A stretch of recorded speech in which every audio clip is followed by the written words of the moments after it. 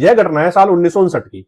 भारतीय सेना के कुछ अधिकारी अपनी बीवियों के साथ अपने कुछ साथियों को विदा करने के लिए अमृतसर रेलवे स्टेशन पर जाते हैं, लेकिन रेलवे स्टेशन पर मौजूद कुछ गुंडे उनकी बीवियों पर फब्तियां कसते हैं और अभद्र टिप्पणियां करते हैं। अब यह सब देखने के बाद भारतीय सेना के ये अधिकारी उन गुंडों से भिड़ जाते हैं। यह गुंडे भागकर पास में ही मौजूद एक सिनेमा हॉल में छिप जाते हैं। अब सेना के अधिकारी पीछे पीछे इनके उस सिनेमा घर तक पहुंचते हैं और इस सारी घटना की जानकारी अपने कमांडिंग ऑफिसर कर्नल ज्योति मोहन सेन को दे देते हैं।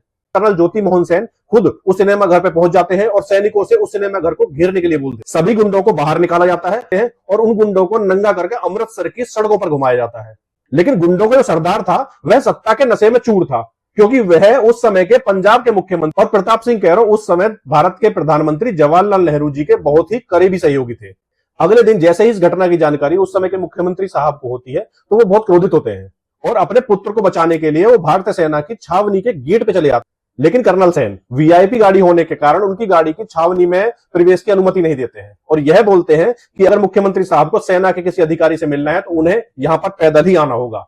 के बाद क्रोधित मुख्यमंत्री कैरो साहब इस पूरे मामले की शिकायत भारत के प्रधानमंत्री जवाहरलाल नेहरू जी से करते हैं। भारत रत्न कहलाने वाले भारतीय प्रधानमंत्री नेहरू जी बिना सेना का पक्ष जाने अपने विश्वास पात्र प्रताप सिंह कैरो की बातों पर यकीन करके सीधे सेना प्रमुख जनरल थिमैया के पास पहुंचते हैं। इन अधिकारियों के आचरण के बारे में स्पष्टीकरण मांगते हैं। के जवाब में भारतीय सेना प्रमुख उन्हें यह बोलते हैं कि यदि हम अपनी महिलाओं के सम्मान की रक्षा नहीं कर सकते तो आप हमसे इस देश के सम्मान की रक्षा की उम्मीद कैसे कर सकते हो। अगर हम आज के राजनीतिक परिप्रेक्ष्य को देखें तो क्या किसी सेना प्रमुख की इतनी हिम्मत है कि वह भारत के प्रधानमंत्री को इस तरह का जवाब दे पाए। जय हिंद, जय भारत।